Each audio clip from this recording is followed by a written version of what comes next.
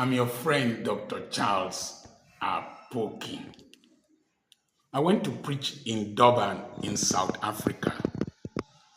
That was about 20-something years back. Then we went into this evangelical, miraculous, take it there, somebody here ministry. Miracles are real. Word of knowledge is real. The prophetic ministry is real. It's just that a few charlatans, not a few, many charlatans in this dispensation infiltrated into that realm of ministry. And that's why some of us left that realm. There is nothing any person is doing in ministry in Nigeria currently that I did not see in ministry or my ministrations. But the simple question is, all those who received miracles in the Bible, up to Lazarus that was raised from the dead, that couldn't write a book about the land of the dead, that could not preach, we don't have the disciples of Lazarus. What did Lazarus amount to? Of all those who received the miracles in the Bible, including the dead man that hit Elisha's bones and rose up from the dead, what did he amount to? Nations and people are not developed by the miraculous.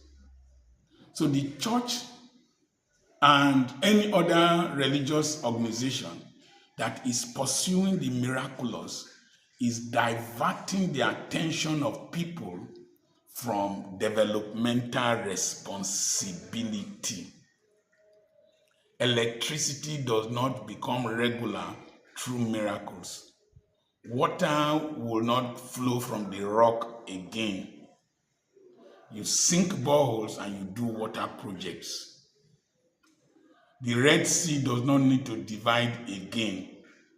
Design cruise ships, ocean liners, and submarines. So the miraculous is only an intermittent intervention of divinity in the affairs of humanity when humanity is helpless and confused. Only a helpless person, a hapless person really seeks the miraculous.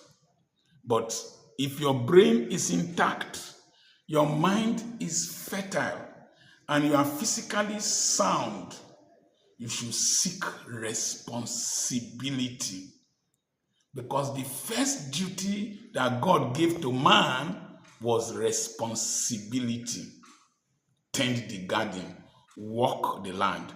And Adam named all the animals, and God agreed with him. What should the church emphasize? What should religious bodies emphasize?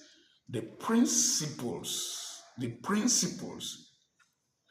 the philosophies, the practices, the precedents, and emulate the patriarchs, how many P's in the Bible, that did well. If not, you will shake your head like a concrete missile, you will stay awake all throughout the night, you set yourself on fire. It will not help you. It will not develop you. You see, so the miraculous is only intermittent, it's probabilistic. Now, develop your mind. You see, the Bible says by wisdom is a house built. A house can be a nation, a house can be a family, a house can be a person, a house can be a business. By understing, knowing the nitty-gritty and the ability to harmonize and synchronize information to make rational decisions and apply them to produce results. And then knowledge. Knowledge is information that can work. We cannot progress at this rate. And when I saw that the people I was laying hands on, falling down, doing all this, they remained the same. I'm a scientist and I'm very sincere with myself. I told myself I was going to leave that area and concentrate on developing the minds of people. Does God heal people? Yes. If we have good hospitals, will a lot of the people being prayed for be healed? Yes. My in-law in Germany had a stroke. Grandmother to my son's wife in Germany. They rushed her to the hospital, passed a catheter through the femoral blood vessel to her brain, and located where the clot was. They removed it. And that grandmother is now talking well and walking well. It would have been, if it was in Nigeria or Africa, would have carried her to church. It might not dislodge. I use the word might because stupid people don't understand English. It might not dislodge that cloth. But the people in Germany and different places sat down and used their minds. This prostatic surgery we are still doing in Nigeria and other places that is killing men. There is a prostatic artery stenosis technique. They will pass a catheter, go to the prostatic artery, they will block it. So blood vessels, the blood supply to the prostate will reduce, the prostate will shrink on its own. And you can just go home. A Nigerian does it. He comes from the US to do it in Lagos. To see him is 70,000 naira consultation fee. What we need is knowledge, wisdom, understanding.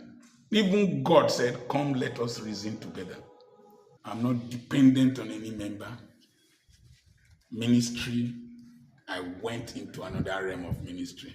All these gathering people will soon expire because people will question us, our doctrines, and the effect of our doctrines on their lives. I remain Dr. Charles Apoki. I am very bold to say that since 1988, I've never borrowed money from a bank. Till date, I'm not owing any person, I'm not owing workers, and I don't beg people for money. Wisdom to make more money. God bless you.